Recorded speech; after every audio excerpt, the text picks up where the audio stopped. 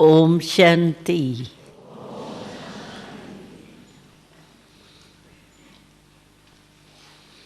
सभी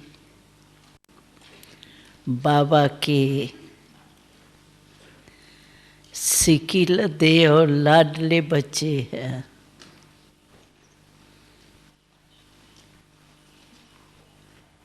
क्योंकि बाबा ने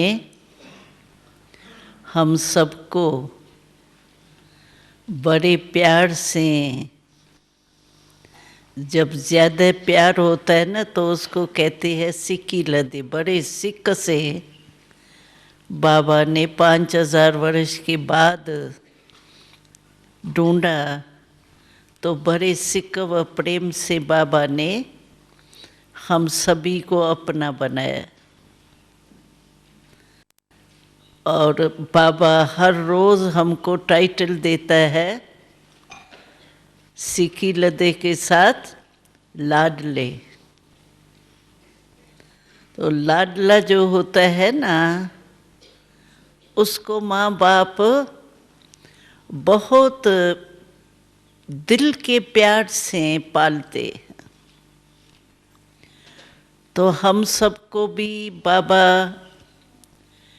कितने दिल के प्यार से पालना दे रहे हैं। इसीलिए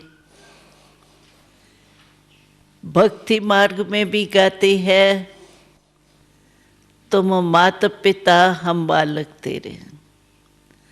तो ब्रह्मा बाबा हमारी माँ भी है और बाप भी है। तो माता पिता के रूप में, दोनों रूप में हम ब्राह्मणों की ब्रह्मा बाबा पालना करते रहते। और पालना हमारी क्या है? वैसे तो आप कोई कहाँ रहते, कोई कहाँ विदेश में रहते हैं, फिर भी हम कहते हैं सभी हम परमात्मा के पालना में रहते हैं। तो वो पालना कैसे हमारी होती है? तो पालना होती है हमारी मनसा, बाबा की प्रेम की वृत्ति, प्रेम की दृष्टि और मुख की मुरली। मुरली जो है वो हमें सारे दिन की पालना का जो भी वेद है वो सब बता देती है। आपने देखा होगा, अनुभव किया होगा, कोई भी आपको समस्या आवे, मानो मुरली उसी डेट की आपके पास नहीं पहुंची है, डेट थोड़ी नीचे ऊपर हो भी जाती है, लेकिन आपके पास कोई समस्या आ गई, तो जैसे बच्चे होते हैं, कोई भी समस्या आती है तो क्या करते हैं? माँ के पास भागेंगे, माँ ये हो गया, हम क्या करें, ये हो कैसे होगा, क्या होगा। माँ के पास भाग करके और माँ के आगे जाके वर्णन करते हैं। तो हम बच्चे भी, कोई भी समस्या आती है तो हमको कौन याद आता है? बाप दादा दोनों ही याद आते हैं। तो हमने देखा है बाप दादा, या तो हम अपने दिल के प्यार से बाबा को मेरा बाबा कहा तो बाबा हाजिर हो जाता है। सेकंड भी नहीं लगाता है बाबा, इतना प्यार है बाबा का। जैसे कोई बहुत प्यारा होता है ना तो समझते हैं उससे एक सेकंड भी अलग नहीं हो सकते हैं। ऐसे बाबा अगर दिल से मेरा बाबा कहा तो बाबा हाजिर हो जाता है। और जो आपकी समस्या है, आप जो भी बोलो, बाबा ये हो गया, बाबा ये है, बाबा ये है, बाबा उसका उत्तर देगा। और उत्तर मिलता है। लेकिन कई भाई बहनें ऐसे कहते हैं, तो हम तो बाबा से रोयान करते हैं, हम तो करते हैं, लेकिन बाबा का जवाब नहीं मिलता है। बाबा सिर्फ मुस्कुराता रहता है, जवाब तो नहीं सुनाई देता है। क्यों नहीं जवाब सुनाई देता है? कोई को देता है और कोई को नहीं देता है। तो नहीं बाबा का जवाब आता है, उसका कारण क्या है? कारण क्या है कि हमारी बुद्धि जो है ना, बुद्धि बिल्कुल क्लीन और क्लियर है।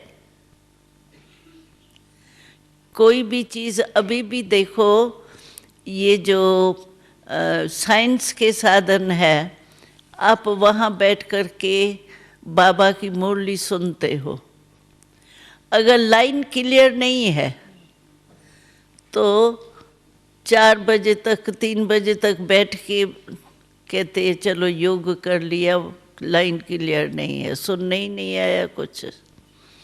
तो लाइन क्लियर चाहिए ना। कोई भी साइंस का साधन देखो, टेलीफोन ही देखो, टेलीफोन में भी लाइन अगर नहीं आपको क्लियर मिलेंगी तो सुनाई नहीं देगा, कितना भी आप ज़रूरी समझो क्या भी हो। ऐसे बाबा का रेस्पॉन्स मिलता ज़रूर है, लेकिन हमारी बुद्धि जो है वो क्लीन और क्लियर भी हो ना। अगर लाइन क्लियर नहीं होती है तो आवाज़ आता है लेकिन समझ में नहीं आता है। ऐसे ही अगर हमारी बुद्धि क्लीन और क्लियर है, टचिंग पावर है, तो ज़रूर बाबा का रेस्पॉन्स मिलता है। चलो वो हमारी बुद्धि इतनी महीन नहीं हुई है, इतनी क्लियर क्लीन नहीं हुई है, तो दूसरा साधन है फिर मोटा। वो ये है कि आपके पास कोई भी मुरली हो, कोई भी डेट की हो, लेकिन उस मुरली को आप अध्ययन करो, तो उसी मुरली में भी आपको समस्या का समाधान मिलेगा।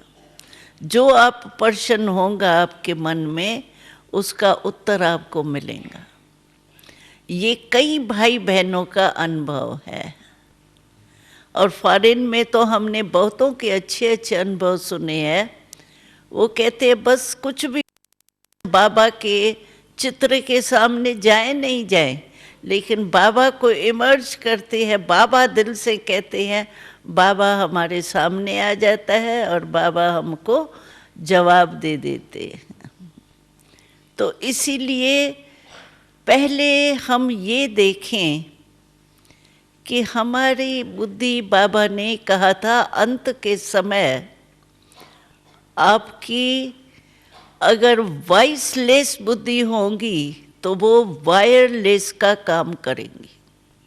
साइंस वाले क्या करते हैं, वायरलेस से कहाँ का कहाँ आवाज़ जो है कैच कर लेते हैं। तो बाबा ने कहा आपको भी हमने वायरलेस सेट दे दिया है। वो क्या है, वॉइसलेस। बिल्कुल ही वॉइसलेस हो। इस मुरली में बाबा ने हंसाया ना हम लोगों को, तो कई बच्चे कहते हैं ये 5 जो काम, क्रोध, लोभ, मोह, अहंकार, ये जो है ना महाभूत के रूप में तो चले गए।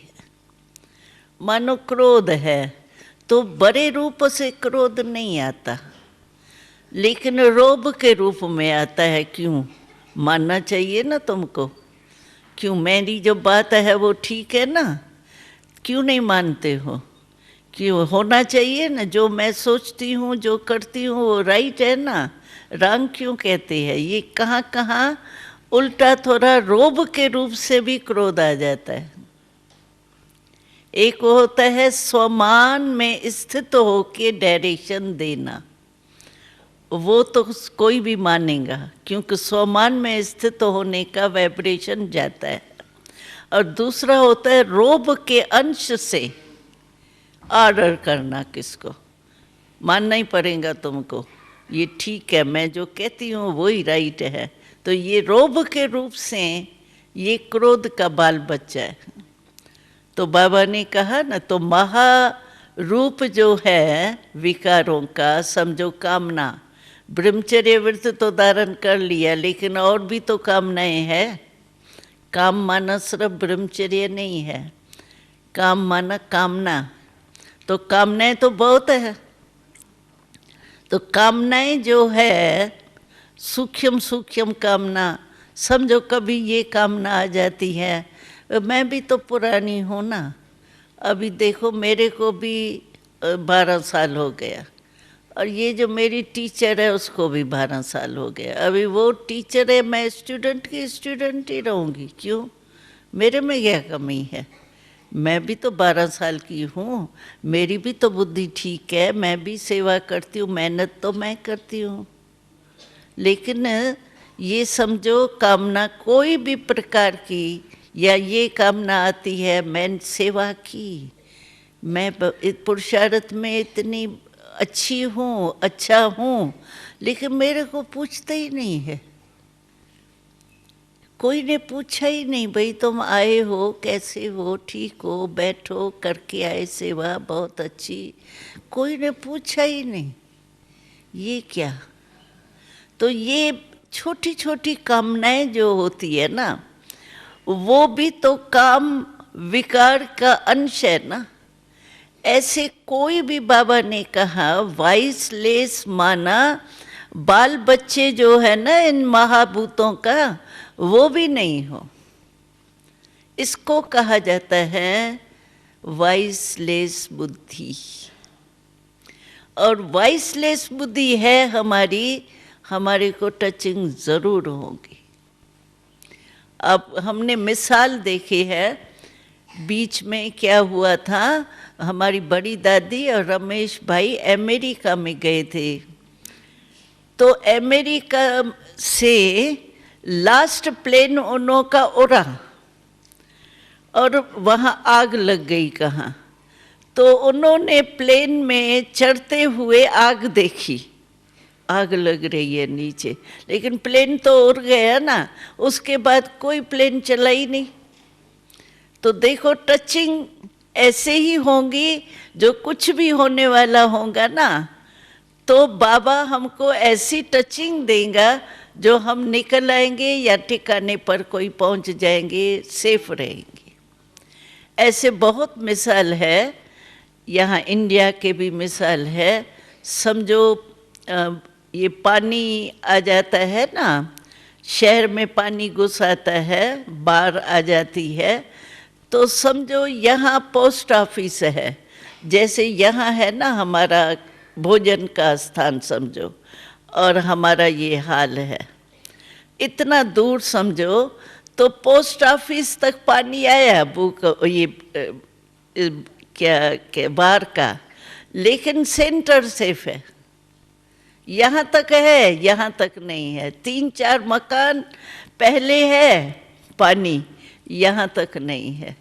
तो बाबा, ये है बाबा की ड्रामा की समय पर मदद, सेफ्टी, समय पर सेफ्टी।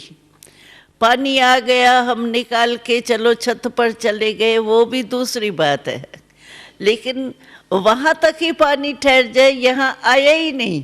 कई ऐसे मिसाल है। अभी जब हुआ था ना गुजरात में भूकंप आया, ये हुआ, कितना बड़ा था, लेकिन इतना होते हुए भी हमारा सेंटर जो था ना, उसका झंडा भी नहीं गिरा। झंडा भी था, वो सीन दिखाई, फोटो निकाला था, तो झंडा भी नहीं हिला, वो भी नहीं गिरा। और ब्रह्मा कुमारियों का जो बोर्ड होता है वो, और झंडा ऊपर से, वो भी नहीं हिला। जो भी सारे आसपास में हमारे ब्राह्मण थे, तो इतने दिन वहीं सेंटर पे खाना पीना यज्ञ चलता था, सेफ थे। तो ऐसे बाबा सेफ करता है, लेकिन किसकी पालना करेगा? जो बच्चे होंगे ना, तो बच्चों की पालना करेगा तो वो फिर बच्चे कैच भी तो कर सके ना। ऐसे तो बाबा के बच्चे अज्ञानी भी हैं, उनकी भी करता है, लेकिन वो कैच भी तो करे ना। मैं फ़ोन कर रही हूँ, आपका फ़ोन इंगेज है, तो आपको पहुँचेगा क्या आवाज़? तो दूसरे तरफ भी तो क्लियर होना चाहिए ना। तो जो क्लियर बुद्धि वाले हैं, क्लीन बुद्धि वाले हैं ना, उनको समय पर ज़रूर मदद मिलती। सभी फोटो निकालते थे हमारे यहाँ गुजरात में जो हुआ, उस भुज के सेंटर का सब फोटो निकाल के जाते थे। तो ये कैसे गिरा ही नहीं, झंडा ही नहीं गिरा। कमाल तो ये है। दूसरे सारी मंजिलों की मंजिल नीचे चली गई। कितना विनाश हुआ, कितने बच्चे बेचारे वो परेड निकालने के लिए निकले थे स्कूल से, सारे बच्चे के बच्चे परेड सहित नीचे मर गए। ऐसा था, लेकिन हमारा झंडा नहीं गिरा। तो ये क्या है? बाबा की कमाल है ना। सिर्फ हमको जो बाबा पालना दे रहा है ना हमको, मुरली या सूक्ष्म कनेक्शन। और सूक्ष्म, जितना हम सूक्ष्म होते जाएंगे ना, शरीर के भान से निकलते जाएंगे, सूक्ष्म होते जाएंगे, तो ये सब सूक्ष्म कनेक्शन है। अगर हम सूक्ष्म स्थिति में नहीं रहते हैं, मोटी मोटी स्थिति में रहते हैं, तो सूक्ष्म कनेक्शन से हम सेफ रह ही नहीं सकते। फिर समय पर धोखा हमको मिल सकता है। इसीलिए बाबा कहते हैं कि बाबा की पालना है, बुद्धि बहुत क्लीन और क्लियर चाहिए, कुछ नहीं। और व्यर्थ है तो भी नहीं होगा। हम समझे मेरे पास तो कोई ऐसा बुरा संकल्प या वो तो नहीं आता है, और आना भी नहीं चाहिए। अभी तो बड़े हो गए हैं, वो नहीं आना चाहिए। लेकिन अगर हमारा कनेक्शन ठीक नहीं है और हमारी बुद्धि क्लीन नहीं है, तो भी नहीं होगा। तो पालना हम बाबा की ले रहे हैं। सूक्ष्म हमारा मन बुद्धि इतना क्लियर है, व्यर्थ का परछाई तो नहीं है। अगर ये परछाई है व्यर्थ की, तो इससे माया की छाया पड़ी हुई है। वो छाया जो है माया की ना, वो भी योग लगाने नहीं देंगे। हम कोशिश करेंगे, हम आत्मा बीज रूप है, बीज रूप है, बीज रूप है, बीज रूप में स्थिति नहीं, बिंदी जो है ना वो खिसक जाएंगी और बातें सामने आ जाएंगी। क्योंकि सूक्ष्म आत्मा बिंदी बने तभी बिंदु याद आवे। कई भाई बहनें कहते हैं कि योग में बैठते तो, और योग के टाइम जो है ना फालतू बातें ज्यादा आती है। वैसे नहीं आती, योग में बैठने के टाइम और ही ज्यादा आती है। या बीती हुई बातें या फालतू बातें ऐसे आती है। या कई कहते हैं सेवा के ही प्लान चलने लग जाते हैं। बैठते योग में है, लेकिन सेवा के ही प्लान चलते रहते। लेकिन जिस समय जो काम करना है वो ही करना है ना। बाबा ने अमृत वेला दिया है अपने मिलन मनाने के लिए, शक्ति भरने के लिए। उस टाइम थोड़ी सेवा का प्लान बनाना है। तो कईयों को ये भी विघ्न आता है, लेकिन जैसा समय वो काम होना चाहिए ना। अभी मुझे प्यास लगी है और कोई हमको बढ़िया खाना आके देवे, मेरे को अच्छा लगेगा क्या? मैं कहूँगी नहीं, पहले पानी दियो। जिस समय जो हमको करना है वो करे ना। तो ऐसे हम बाबा के पालना में रहें, उसके दो ही तरीके हैं, एक मुरली जिससे श्रीमत सारे दिन की मिलती है, और दूसरी अपनी बुद्धि क्लीन और क्लियर हो, जो फौरन ही मेरा बाबा दिल से कहा बाबा हाजिर, बाबा कहेगा जी हजूर बोलो। और हम भी कहते हैं बाबा मेरा बाबा मीठा बाबा। तो इतना दिल से अगर हम हैं तो दूर बैठे भी हमारी पालना होती है और होनी है, निश्चित है। ये तो बाबा आया किस लिए, हर एक को ये समझना चाहिए मेरे लिए बाबा आया। ऐसे नहीं चलो यज्ञ के रचने के लिए आया, विश्व कल्याण के लिए आया, वो तो है ही, लेकिन हर एक को ये नशा होना चाहिए खास मेरे लिए बाबा है, मेरे से बात करता है। मुरली के टाइम भी ऐसे नहीं बाबा हाल में मुरली चल रही है, बाबा सबके आगे मुरली चला रहा है, नहीं, मेरे से बात कर रहा है बाबा, पर्सनल। इसीलिए देखो शास्त्रों में इतने भीड़ भाड़ में ज्ञान दिया, लेकिन सुना एक अर्जुन ने। अर्जुन, आश्चर्य लगता है ना, सारी सेना खड़ी है, इतना सब कुछ घमसान हो रहा है और भगवान गीता सुना रहा है, सिर्फ अर्जुन ही सुन रहा है और सारे के कान बंद थे क्या? लेकिन क्या है, ये इसी का है कारण कि बाबा कहते हैं भले मैं मुरली सभी के लिए चलाता हूँ, लेकिन तुम समझो पर्सनल मेरे से बाबा बात कर रहा है।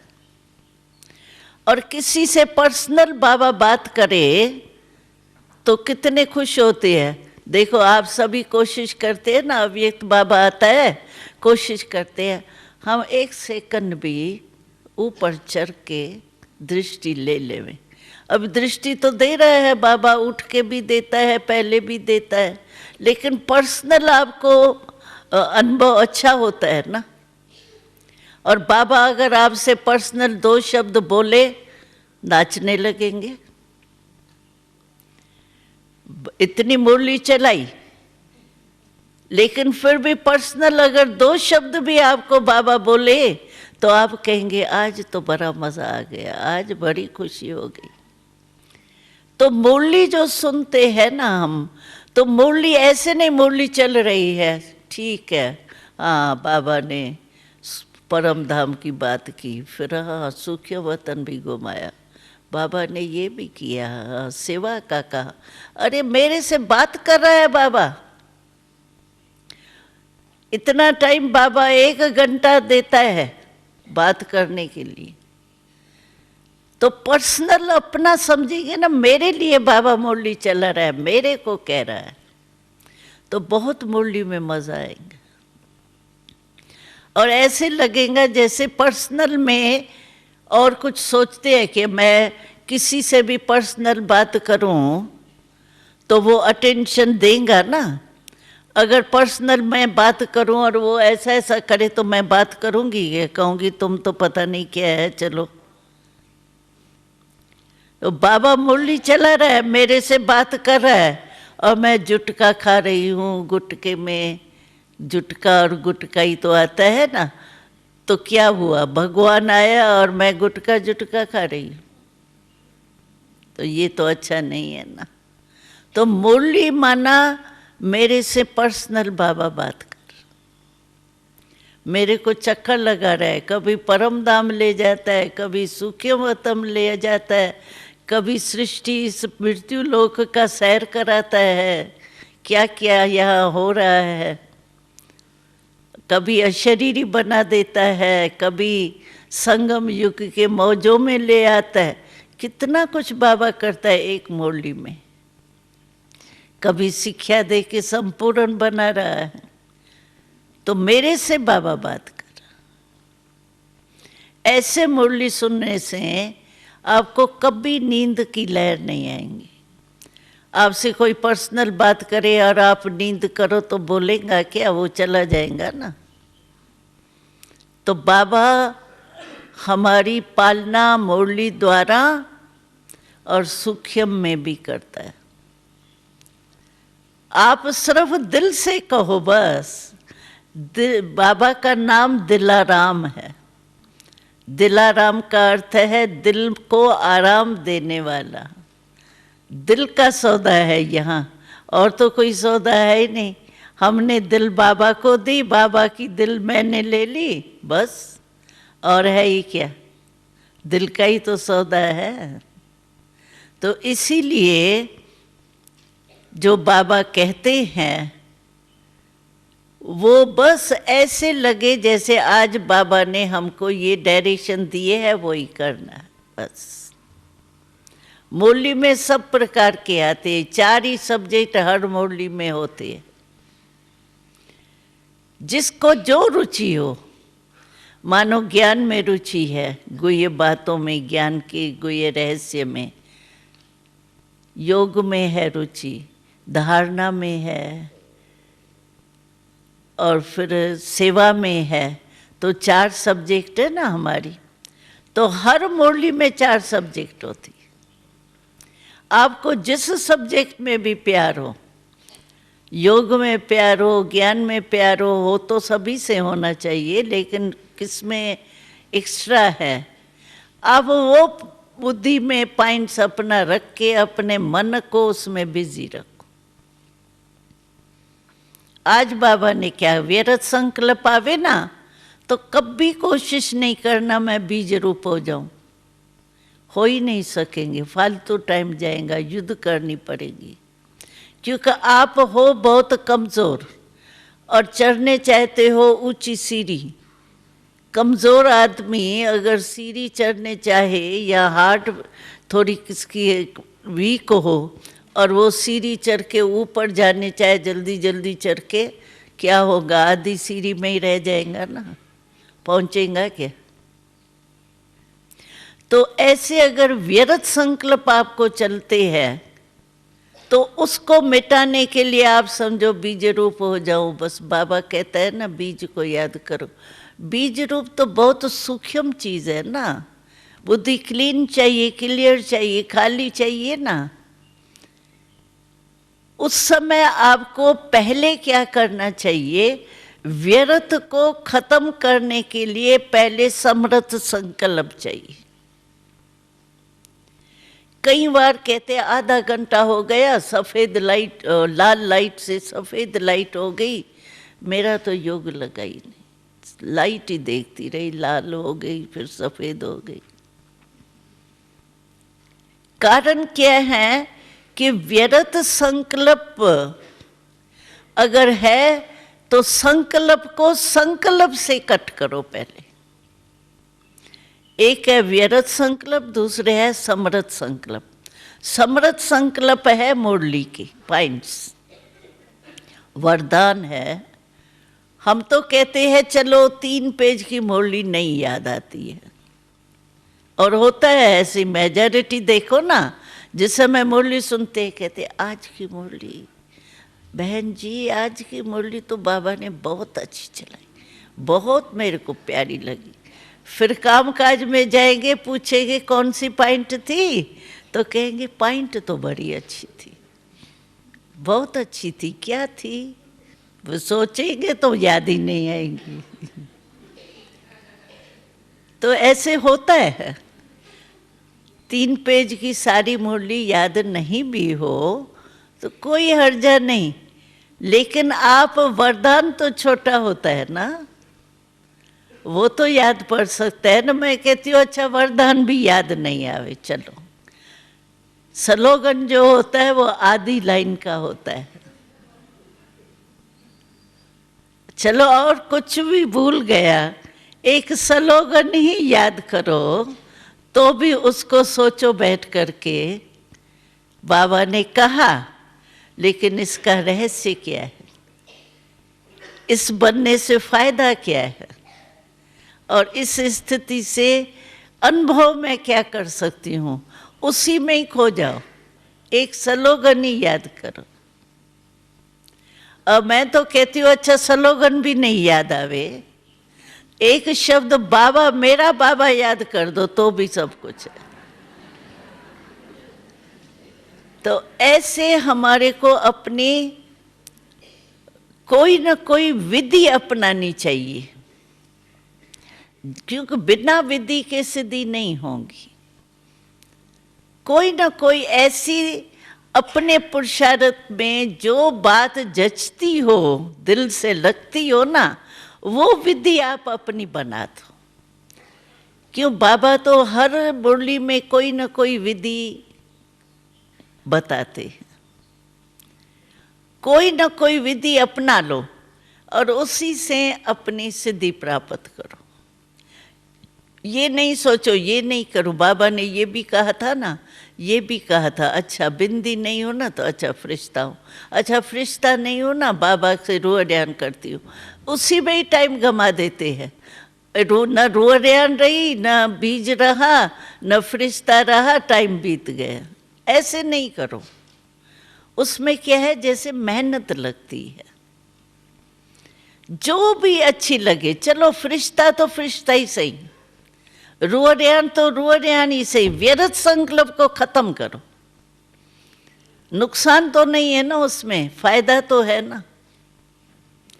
और जब आपकी बुद्धि चेंज हो जाएंगी ना, बुद्धि अपने कंट्रोल में आ जाएंगी, फिर आप बीज रूप बनो, कुछ भी बनो, सहज हो जाए। नहीं तो बहुत मेहनत करनी पड़ती है।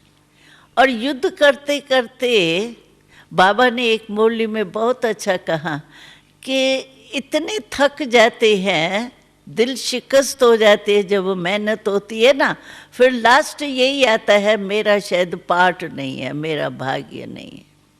बेचारे भाग्य के ऊपर क्यों दोष लगाते?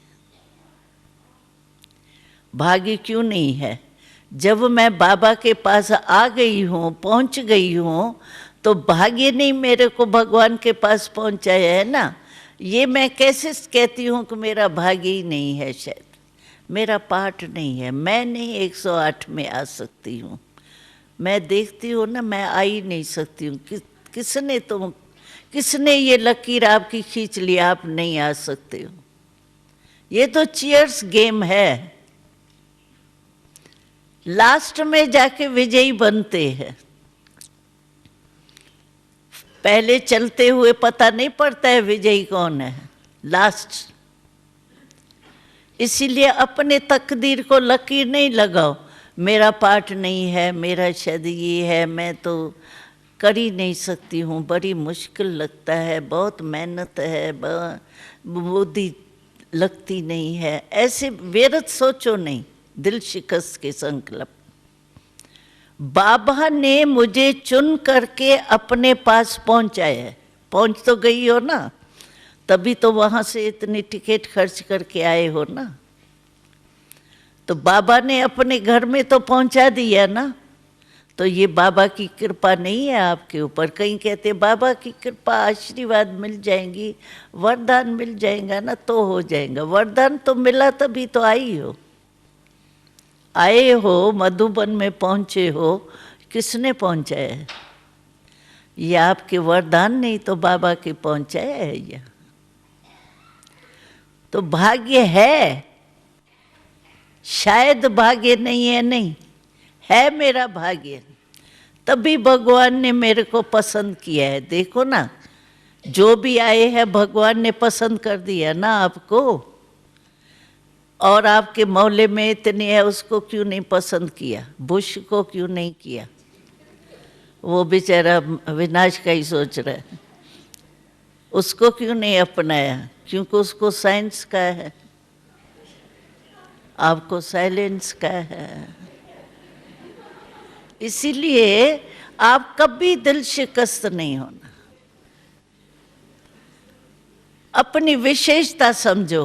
अरे कुछ भी नहीं है मेरे में, समझो कोई गुण नहीं है, कोई ताकत नहीं है, चलो आप में ये तो विशेषता है, भगवान को पहचानने की आंख तो है कि नहीं है?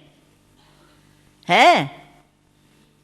कई भाई बहनें कहते हैं हमारे में, बाबा तो कहते हैं विशेष आत्मा, लेकिन मैं हूँ नहीं, मेरे को अपनी विशेषता ही नहीं समझ में आती। कौन सी विशेषता मेरे में है? नहीं। अरे इतनी बड़ी विशेषता है आप में जो भगवान को पहचान लिया, और क्या विशेषता चाहिए आपको? और भगवान ने आपको पसंद कर लिया। भगवान की पसंद कम होती है क्या?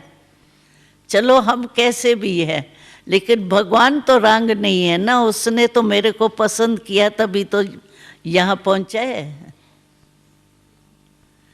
जिसको भगवान ने पसंद कर दिया वो विश्व के पसंद हो गया। इसीलिए मैं विशेष आत्मा हूं। बाकी कमी पेशी आती है, ये पिछला हिसाब भी कोई होता है, वो चुक तो हो जाएगा। हम मम्मा की बात सुनाते हैं आपको। मम्मा की तबीयत खराब थी ना थोड़ी, लेकिन मम्मा का चेहरा कभी वो उदास नहीं लगता था। एक बार की मैं बात सुनाती हूँ। मम्मा बॉम्बे में थी, तो मम्मा के साथ मम्मा की ब्रह्मणी भी थी ना, जो संभाल के लिए होती है। तो रमेश भाई के घर में मम्मा थी। तो डॉक्टर को चेकिंग के लिए आना था, तो एक ही खटिया पर मम्मा भी बैठी थी तैयार होके, और ब्रह्मणी भी बैठी थी दूसरे कोने में। तो डॉक्टर आया तो पहले जो ब्रह्मणी थी ना मम्मा की, उसको पूछा कैसे है तुम्हारी तबीयत? तो कहा मैं पेशेंट नहीं हूँ, ये तो मम्मा इसको देखना है, मैं नहीं हूँ पेशेंट। कहा पेशेंट तो ये लग रही है। मम्मा की जो शक्ल थी ना वो ऐसी थी, लाल लाल। तो उसने कहा ये पेशेंट है, ये तो पेशेंट लगता ही नहीं है। और मम्मा को हम लोग कहते थे, क्योंकि मम्मा को तकलीफ तो थी, लेकिन मम्मा से कई भाई बहनें क्वेश्चन करते थे, मम्मा आपको पता भी है, और जिस समय तकलीफ होती है ऐसे थोड़ी एक तकलीफ फील नहीं करती है, लेकिन सहन शक्ति मम्मा की थी। होता तो था ना तकलीफ। तो मम्मा कहती थी, मम्मा आप तो लगते ही नहीं है, जैसे मिलते हैं करते हैं उस समय समझ में नहीं आता है आपको कोई तकलीफ है। जो पर्सनल हम अंदर देखते थे ना, तो फील करते थे मम्मा को तकलीफ तो है, लेकिन बाहर से कुछ दिखाई नहीं देता था। मम्मा आप इतने तकलीफ होते हुए कैसे खुश रहती हो? तो मम्मा कहती थी, बहुत अच्छी बात मम्मा सुनाती थी, तो देखो जो पिछला किया हुआ हिसाब किताब है ना, वो चुकतू तो करना ही है, चाहे योग से, चाहे थोड़ा हिसाब चुकतू करने से, सूली से कांटा। लेकिन मुझे धर्मराजपुरी में नहीं जाना है। कोई भी हिसाब किताब मेरा रह जाएगा तो धर्मराजपुरी में, जैसे कस्टम में फंस जाते हैं ना, धर्मराजपुरी भी ऐसी है। अगर थोड़ा भी कलयुगी संस्कार होंगे ना, वो कोई चीज़ फालतू ले आते हैं तो फंस जाते हैं ना कस्टम में। ऐसे वहाँ धर्मराजपुरी की भी जो सजाएं है वो ऐसे ही फील होती है। वो तो दूसरी टॉपिक है धर्मराजपुरी की।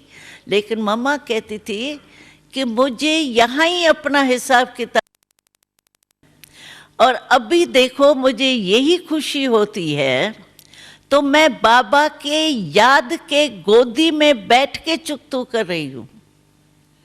धर्मराजपुरी में तो नहीं हूँ ना। बाबा के गोदी में बैठ के बाबा की वो शुभ भावनाएं मिलती है, सबकी दुआएं मिलती है, तो मुझे ये खुशी होने के कारण मुझे ये दर्द की फीलिंग नहीं होती। तो मम्मा ये जवाब देती थी। तो हमको भी कोई हिसाब किताब, किसको मन का हिसाब होता है, किसको व्यक्ति से हिसाब होता है, किसको शरीर का हिसाब होता है, भिन्न भिन्न प्रकार के हिसाब होते हैं। लेकिन जो भी हिसाब है, और मम्मा कहती थी मैं समझती हूँ मेरे ऊपर समझो एक 10 किलो का वजन है, उससे अगर 2 किलो भी कम हो गया तो खुशी होंगी या गमी होंगी? 2 किलो कम हुआ तो बोझ हल्का हुआ ना। तो मम्मा कहती थी मैं समझती हूँ ये सूली से कांटा होके बोझ उतरा, इसीलिए मुझे दुख नहीं होता इसका, मैं खुशी रहती हूँ। तो देखो कितनी मम्मा की स्पिरिट थी। और लास्ट डे मम्मा दिन में शरीर छोड़ रही है, छोड़ा, लेकिन उससे 1 घंटा पहले, शरीर छोड़ने से 1 घंटा पहले मम्मा ने लास्ट डे यहाँ नीचे पांडव भवन में आपने देखा होगा अंगूर के छुगे, अंगूर देखिए ना नीचे पांडव भवन में, और नीचे नहीं ऊपर ऊपर पांडव भवन में वो अंगूर है ना, तो अंगूर निकलती थी ना, तो बाबा सभी को 2-2 पीस अंगूर के सेंटरों में भी बेचते थे, यहाँ भी खिलाते थे। बाबा के घर की अंगूर थी ना। तो लास्ट डे मम्मा ने अपने हाथ से 2-2 अंगूर सभी बच्चों को बुला के बांटी थी, सब जितने भी थे। और बच्चे तो छोड़ो, लेकिन जो नौकर भी थे ना यहाँ काम करने वाले, उन्हों को भी बांटा था। और 1 घंटे के बाद शरीर छोड़ा है। देखो कैसी स्थिति थी। तो तकलीफ तो होगी ना, लेकिन मम्मा 3 घंटे लग गए थे मम्मा को बांटने में। तो ये क्या है? ये हिसाब किताब चुकतू हुआ ना, और दुआएं कितनी मिली। तो ऐसी कोई भी हिसाब किताब हो, मन का भी हो, क्योंकि मन के कईयों को मन का ही होता है, अपने ही मन का, और कोई नहीं निमित्त बनता है हिसाब किताब के लिए। अपना मन ही कभी देखो तो गिरता है, कभी चढ़ता है, कभी उल्टा कभी सुलटा, ये मन की बीमारी। और कोई कोई व्यक्ति कोई होता है, कोई व्यक्ति से ऐसा हिसाब किताब करा होता है जो चुकतू ही नहीं होता है, कहते पता नहीं क्या मेरा इससे हिसाब किताब है। कोई एक का एक होता है थोड़ा हिसाब लेने वाला, और कोई का प्रकृति का होता है, कोई का मौसम से ही कनेक्शन होता है। मौसम खराब हुई गया, मौसम अच्छी हुई जैसे गिर गया फूल, मौसम थोड़ी नीचे ऊपर हुई इफेक्ट आ गया गया। तो भिन्न भिन्न हिसाब किताब होते हैं, लेकिन हिसाब किताब चुकतू करो खुशी खुशी से, समझो बोझ उतरा। ऐसे नहीं मेरा शायद हिसाब है, क्या है, करा हिसाब है, चुकतू होता ही नहीं है। दिल शिकस्त कभी नहीं बन, दिल खुश। अरे बाबा मेरे साथ है, मैं कैसी भी हूं, लेकिन बाबा ने मेरा हाथ पकड़ा है ना। गीत गाते हैं ना, हाथ में हाथ दिया है ना बाबा ने, तो हाथ से पकड़ लेगा ना। डूबता भी है कोई, अगर हाथ पक्का होता है दूसरे का, बच जाता है ना। गिरता भी कोई है तो कोई संभालने वाला होता है तो संभल जाता है ना। तो बाबा तो हमारे साथ कंबाइंड है ना, कि नहीं है? कंबाइंड बाबा है पक्का, रशा वालों से भी है, कंबाइंड है। अच्छा पक्का, कि कभी थोड़ा साथ ऐसा हो जाता है फेस, हाँ? कभी कभी होता है ना किससे थोड़ा अनबनत, तो एक का फेस ऐसा होगा तो दूसरे का ऐसा होगा, ऐसा तो नहीं हाँ, कंबाइंड है ना, हम बाबा के कंबाइंड है। अच्छा मैं कितनी भी कमजोर हूँ, बाबा तो सर्वशक्तिवान है, मेरा कंबाइंड रूप संग का रंग कहा जाता है। कोई भी संग का रंग लगता है, और मेरे साथ सर्वशक्तिवान कंबाइंड है, उसके संग का रंग लगता ही नहीं है। क्यों? उसके संग का रंग तो है ना। इसीलिए हमको दिल शिकस्त कब नहीं होना है, कि थोड़ा थोड़ा होना है, हाँ? नहीं होना है। दिल शिकस्त हो जाओ तो कहो मैं मास्टर सर्वशक्तिवान हूँ, बाबा मेरे कंबाइंड है।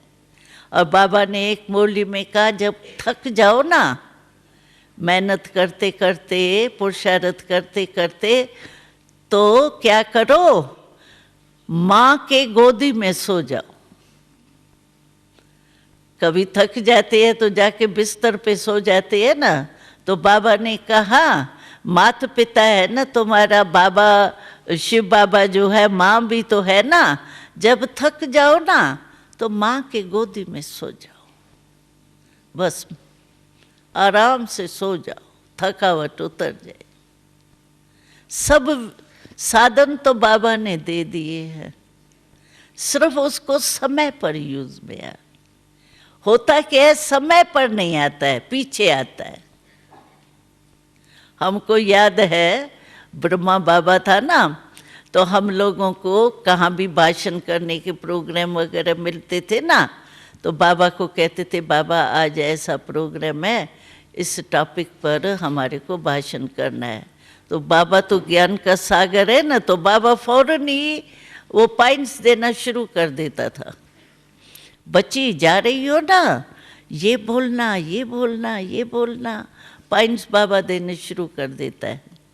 फिर बाबा कहता था अभी मैंने सुनाई ना तुमको, अभी जब भाषण करके आओ ना फिर मैं पूछूंगा कि ये सब पॉइंट्स सुनाई या याद भूल गई। तो हम जब भाषण करने जाते थे ना तो कोई कोई पॉइंट भूल भी जाती थी, फिर याद आती थी अरे बाबा ने तो कहा था ये बात कहना, हम तो भूल गई। अभी बाबा के सामने जाएंगे झूठ तो बोलेंगे नहीं, तो बाबा के सामने आते थे तो अंदर तो यही था बाबा पूछेंगे ज़रूर। तो बाबा सचमुच पूछता था, बच्ची सभी पॉइंट्स याद रही, सभी पॉइंट्स बोली? बाबा बोली तो सही, एक पॉइंट भूल गई। वह क्यों भूल? समय पर याद आनी चाहिए ना। अच्छा पीछे याद आई उससे फायदा? तो बाबा इतनी वो शिक्षा देता था, सिखाता था, हम लोगों को सिखाता था बाबा। तो समय पर याद आवे नहीं और पीछे याद आई तो उसका फायदा क्या, समय तो बीत गया ना। तो शक्तियाँ भी ऐसे ही हैं, जिस समय सहन शक्ति चाहिए उस समय नहीं याद आएंगी, जब पूरा हो जाएगा ना फिर कहेंगे अगर ऐसे नहीं करते थे ना, ये 10 शब्द नहीं बोलते थे, 2 शब्द बोल देते थे ना, कितना अच्छा होता। लेकिन 10 तो बोल दिया ना, वो तो हो गया। तो इसीलिए समय पर शक्ति याद आवे, यूज होवे। सामना करना है, उस समय भय आ गया, संकोच आ गया, पीछे कहती तो सामने करने की शक्ति मेरे में थी तो सही, यूज क्यों नहीं की? अपने आप से ही बोलते रहेंगे। ऐसा नहीं, समय पर आना चाहिए। शक्तियाँ तो सभी धारण कर रहे हैं, लेकिन नंबर क्यों बनते हैं? 108 फिर 16,000, एक नंबर और 16,000 का लास्ट नंबर कितना फर्क होगा? फर्क क्या हुआ? एक ही टीचर, एक ही मुरली, 67 साल वाले भी वही मुरली सुन रहे हैं, पढ़ रहे हैं, और 1 मास वाला भी वही मुरली पढ़ता है। पढ़ाने वाला एक, पढ़ाई एक, फिर भी इतने नंबर क्यों? कारण ज्ञान सब में है, सब सुनते हैं, शक्तियाँ बाबा ने सबको दी है, लेकिन समय पर यूज करने की विधि चाहिए। वो पास हो जाता है, जैसे इम्तिहान के टाइम पढ़ाई तो सब पढ़ते हैं, लेकिन क्वेश्चन जब पेपर होता है उस समय क्वेश्चन का उत्तर नहीं आया तो क्या हुआ? पढ़ के क्या किया? ऐसे समय पर शक्तियाँ यूज होना चाहिए, वो चेक करो। अच्छा ये बात आई हमारे सामने, तो सचमुच समय पर जो बाबा कहता है जिस विधि से जिस समय वो काम में आया, अगर वो नहीं है तो क्या करें? उसके लिए मनन करो, मनन करो। ये शक्ति क्या है, किस समय यूज करनी है, कैसे यूज करनी है, उसको मनन करके अंदर जैसे रिपीट करते हैं ना, तो बात याद आ जाती है। ऐसे मनन करने से फिर वो समय पर इमर्ज हो जाएगी। तो ऐसा पुरुषार्थ हम सबको कर रहे हैं, करना है।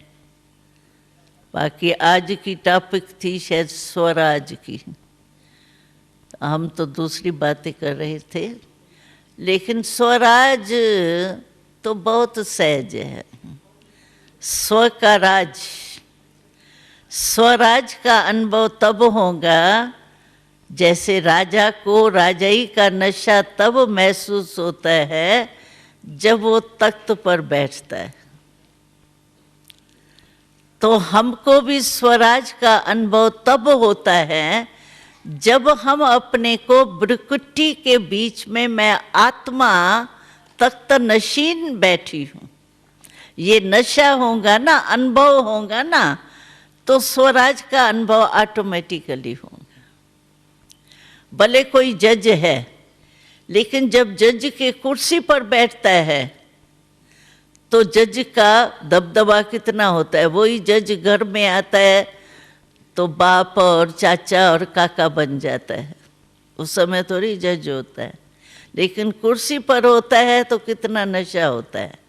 ऐसे ही अगर हमको ये स्मृति है कि मैं आत्मा हूँ, स्वराज अधिकारी कौन है? आत्मा। तो मैं आत्मा रूप में स्थित हूँ, आत्म अभिमानी हूँ, तो स्वराज का नशा आएगा। हमारी बिरकुटी यानी तखत कौन सा है? स्मृति का तखत। कोई बिरकुटी के बीच में ऐसे थोड़ी बैठी है, बैठी है माना स्थिति ऐसी है।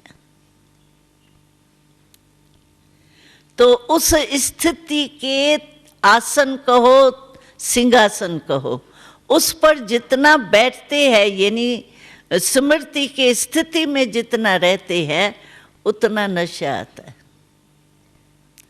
और स्वराज तो हमको बाबा ने दिया है, हुई मैं आत्मा ना। मैं शब्द आत्मा से लगता है, मैं शब्द शरीर से नहीं लगता है। कभी गलती से भी कहते हैं क्या, मैं सिर में दर्द हूँ? कहते हैं क्या? मेरे सिर में दर्द है ना, मैं सिर में दर्द तो नहीं हूँ ना। तो मैं शब्द लगता ही आत्मा से। तो जब भी हम मैं शब्द बोलते हैं ना, चलो कुछ भी रवाजी रीति से भी मैं शब्द जब मैं बोलती हूँ, मुझे स्मृति आनी चाहिए, मैं माना आत्मा।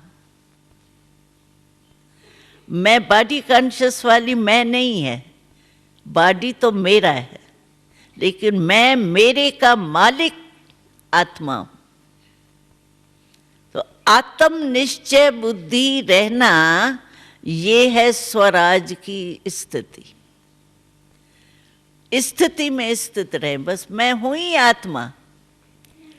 हम आपको सुनाए, जब शुरू शुरू में हम आए हैं, स्थापना हुई, छोटे बच्चे के रूप में हम लोग आए, तो हमको परमात्मा का ज्ञान नहीं था क्लियर, कृष्ण का ज्ञान था।